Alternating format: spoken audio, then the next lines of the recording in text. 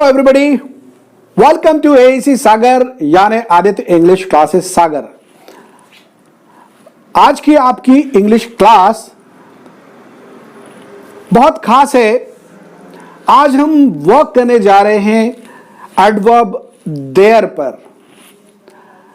Adverb there, मैंने there के आगे एडवर्ब शब्द का यूज किया। आप जानते हैं एडवर्ब क्या होते हैं, तो सबसे पहले हम यहीं से स्टार्टिंग करते हैं। एडवर्ब जो होते हैं वो वर्ड्स होते हैं जो वर्ब को क्वालिफाई करते हैं, मतलब वर्ब की विशेषता बतलाते हैं। साथ ही साथ किसी दूसरी एडवर्ब की भी विशेषता बतलाते हैं और किसी एडजेक्टिव की भी विशेषता बतलाते हैं। उन्हें हम एडवर्ब्स कहते हैं। क्लियर? तो विशेषण है, ये विशेषता बतलाने वाले शब्द हैं, क्वालिफायर कहते हैं इनको। ये क्वालिफाई करने का काम करते हैं किसको? वर्ब को, एडजेक्टिव को और किसी दूसरी एडवर्ब को। एडवर्ब्स कई चीजों को शो करते हैं जब ये विशेषता बतलाते हैं। वो कई चीजें क्या क्या हैं? कलर को बतलाते हैं, शेप को बतलाते हैं, साइज को बतलाते हैं। वो क्वालिफायर होते हैं, सारे क्वालिफायर, एडजेक्टिव भी और एडवर्ब्स भी। एडवर्ब्स क्या करते हैं? एडवर्ब्स क्वालिफाई करते हैं टाइम को, प्लेस को, मैनर को और डिस्टेंस को, क्वांटिटी को, नंबर को। इन सारी चीजों को शो करते हैं एडवर्ब्स। इस आधार पर different kind of adverbs are found. लेकिन ये चैप्टर आपका एडवर्ब का नहीं है।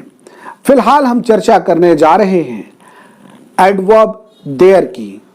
एडवर्ब देयर जो है वो एडवर्ब ऑफ प्लेस के नाम से जाना जाता है। मतलब होता है वहां या उधर। तो एडवर्ब देयर ही खास क्यों है? क्योंकि इसका यूज होता है इमीडिएट सब्जेक्ट के रूप में। मतलब तब जब हमारे पास परमानेंट सब्जेक्ट नहीं होता है, या सेंटेंस में when the subject is not clear we use adverb there as the immediate subject.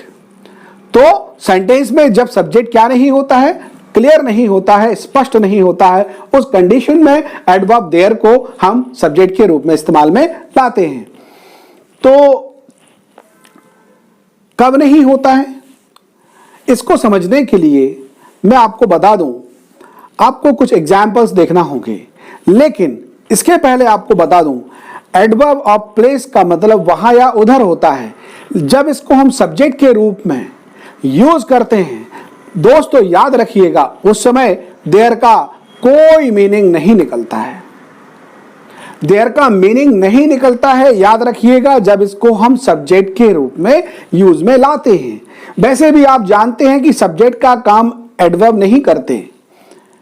Subject और ऑब्जेक्ट का काम सेंटेंस के भीतर दो तरह के पार्ट्स ऑफ स्पीच करते हैं, नाउन और प्रोनाउन। यहां पर हम एक एडवर्ब से सब्जेक्ट का काम लेंगे। कब लेंगे? जब सब्जेक्ट स्पष्ट नहीं होगा। तो पहले तो हम वो एग्जाम्पल देख लेते हैं जिनमें सब्जेक्ट स्पष्ट होता है। मैंने आपसे कहा अनुराग एक अच्छा सिंगर है। किसके बारे में कहा? अनुराग एक अच्छा सिंगर है। आपके पास एक क्लियर सब्जेक्ट है। किसके बारे में कह रहे हैं? अनुराग के बारे में। तो क्लियर सब्जेक्ट हो गया अनुराग। उसके बारे में क्या कहा जा रहा है? एक अच्छा सिंगर है। यह प्रेडिकेट हो गया। प्रेडिकेट में दो चीजें इंपॉर्टेंट हैं, वर्ब और ऑब्जेक्ट। तो Anurag is a good singer. Anurag subject हो गया, इज वर्ब हो गई। क्या है? क्या से क्वेश्चन करने पर जो आता है वो ऑब्जेक्ट कहलाता है। तो आंसर में क्या आ रहा है? अ गुड सिंगर। ये आपका ऑब्जेक्ट हो गया। इस तरह से पूरा एक सेंटेंस हो गया, अनुराग इज अ गुड सिंगर। अनुराग एक अच्छा सिंगर है। अनुराग एक अच्छा सिंगर है। तो पूरा sentence subject Anurag, verb is, a good singer object. अब मैं आपसे यह कहता हूं, अनुराग को हम हटा देते हैं, सिर्फ क्या लिखते हैं, एक अच्छा सिंगर है। अब आपके पास सब्जेक्ट नहीं है तो क्या बचा, अ गुड सिंगर, और वर्ब बची इज, तो आपके पास सिर्फ ऑब्जेक्ट रह गया और वर्ब रह गई। आप जानते हैं अकेले ऑब्जेक्ट और वर्ब से सेंटेंस नहीं बनता, सब्जेक्ट की भी जरूरत होती है। जब कभी आपको बिना सब्जेक्ट के सेंटेंस बोलना होता है, मैंने कहा एक अच्छा सिंगर है, उस कंडीशन में आपको इंग्लिश में, हिंदी में तो बोल दिया, इंग्लिश में बोलने के लिए आपको देयर को सब्जेक्ट के रूप में रखना पड़ेगा। देयर का मीनिंग तो कुछ नहीं निकलेगा, लेकिन देयर के आने से सेंटेंस पूरा हो जाएगा और वर्ब इज जो है ऑब्जेक्ट के हिसाब से लगेगी। तो एक सिंगर की बात हो रही है तो इज लगाएंगे। मैंने कहा एक अच्छा सिंगर है, there is a good singer. दो अच्छे सिंगर हैं, there are two good singer. कुछ अच्छे सिंगर हैं, there are some good singers. तो इस तरह से आपने देखा, एक की बात की इज लगाया, एक से ज्यादा की बात हुई आर लगाया। तो जब भी हम बात करेंगे कि कोई चीज है, कोई चीज है, इतना ही बोल दिया, तो कैसे बोलेंगे, देयर इज समथिंग, कुछ है, देयर इज समथिंग, कुछ है या कोई चीज है।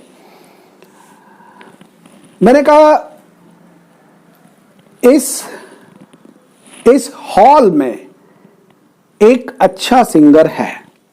अब मैंने जोड़ दिया, इस हॉल में एक अच्छा सिंगर है।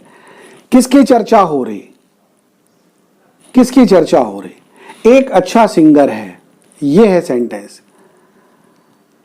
तो मेन सेंटेंस कहां से शुरू होगा, इस हॉल में से शुरू नहीं करेंगे। एक अच्छा सिंगर है तो पहले बोलेंगे there is a good singer. मैंने कहा इस हॉल में, in this hall, there is a good singer in this hall. और इस शहर में एक अच्छा सिंगर है, there is a good singer in this city. इस क्लास में एक अच्छा सिंगर है, there is a good singer in this class. तो जो जगह होती है कहां पर है, उस जगह को इंग्लिश के सेंटेंस में लास्ट में ले जाते हैं। ओके, क्लियर हुआ। चलिए और देखते हैं। मैंने कहा मेरे घर में एक मंदिर है, मेरे घर में एक मंदिर है। तो there is a temple in my house. एक साल पहले इस जगह पर एक खाली मैदान था। तो there was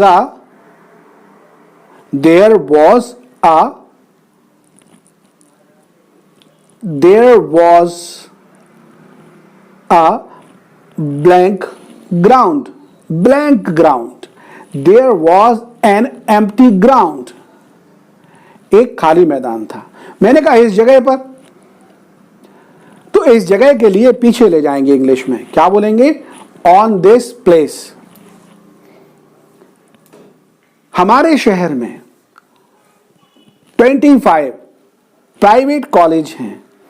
there are 25 private colleges. कहां पर हैं, हमारे शहर में। हिंदी में बोला था स्टार्टिंग में, लेकिन इंग्लिश में आप उसको कहां लेकर आओगे, लास्ट में। तो there are 25 private colleges in our city. वहां एक मंदिर था, वहां था, यहां है। मैंने कहा पहले यहां बोल के देख लेते, यहां एक मंदिर है। तो देयर इज अ टेम्पल, कहां है, यहां, हियर। और अगर कहना वहां एक मंदिर था, है नहीं था, पुरानी बात हो गई, तो इसकी जगह पर वॉज लगाएंगे पहली बात तो।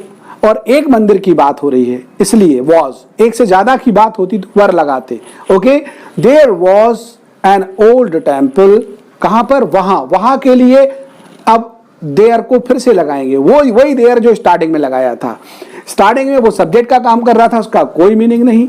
लास्ट में जो आ रहा है देयर, उसका मतलब वहां चाहिए, उधर चाहिए, एडवर्ब का काम करेगा। तो there was an old temple there, वहां एक पुराना मंदिर था। क्या आपके पॉकेट में 2000 रुपए हैं? Are there 2000 rupees? क्वेश्चन करना है, वर्ब को आगे लाइए। 2000 की बात हो रही तो इस तो लगेगी नहीं, आर लगेगी। क्या बोलेंगे? Are there 2000 rupees in your pocket. एक समस्या है, बोलना है एक समस्या है, तो क्या बोलेंगे? There is a problem. एक रास्ता है, देयर इज अ वे। अब कोई समस्या नहीं है, there is no problem now. अब कोई नहीं, ये तो नेगेटिव लग रहा है। एग्जैक्टली तो ऐसा भी बोल सकते हैं, there is not any problem now.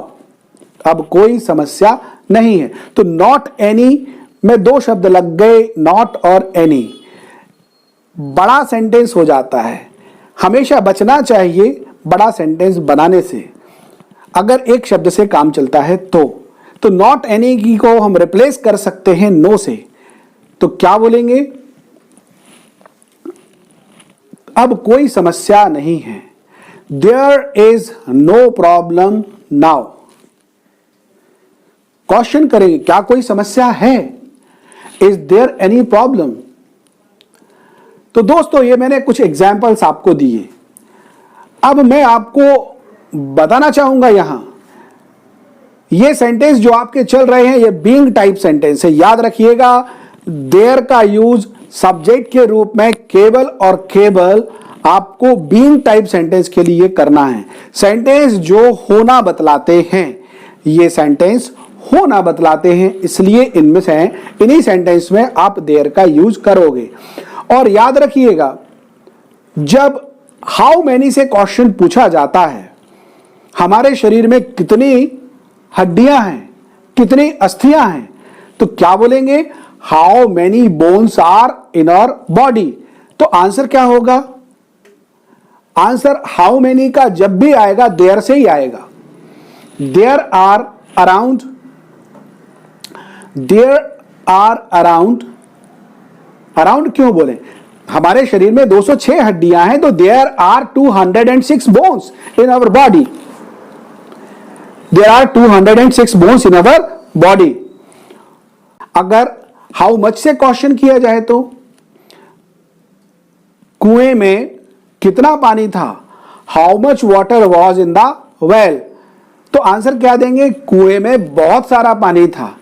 तो there was a lot of water in the well. बहुत सारे के लिए लॉट ऑफ का यूज किया, बहुत सारा पानी था। तो इस तरह से आपने देखा, हाउ मच से क्वेश्चन करते हैं, आंसर में आंसर जब भी स्टार्ट होगा देयर से होगा। लेकिन यह भी याद रखिएगा साथ साथ कि जब सेंटेंस होना शो करें, प्रेजेंट हो या पास्ट हो। कार में कितना पेट्रोल था? How much petrol was in car. Car में 6 लीटर पेट्रोल था, there was 6 litre petrol in the car. तो इस तरह से मात्रा के लिए या संख्या के लिए जब भी आप होने की बात करोगे, है और था, कितना है कितना था, इसका आंसर जब भी दोगे आपको आंसर देयर से देना होगा। ओके डियर फ्रेंड्स, तो आपको हमारा ये वीडियो अच्छा लगा होगा, आपको समझ में आया होगा देयर का यूज। अगर आपको हमारा ये वीडियो अच्छा लगा है तो आप सभी से रिक्वेस्ट करूंगा, प्लीज हमारे वीडियो को लाइक जरूर करिएगा और डिस्क्रिप्शन में जो हमारी लिंक दी गई है उस लिंक के माध्यम से हमारे फेसबुक और इंस्टाग्राम दोनों से आप हमें फॉलो भी कर सकते हैं। दिए गए कॉन्टेक्ट नंबर पर आप हमसे जुड़ करके आप हमें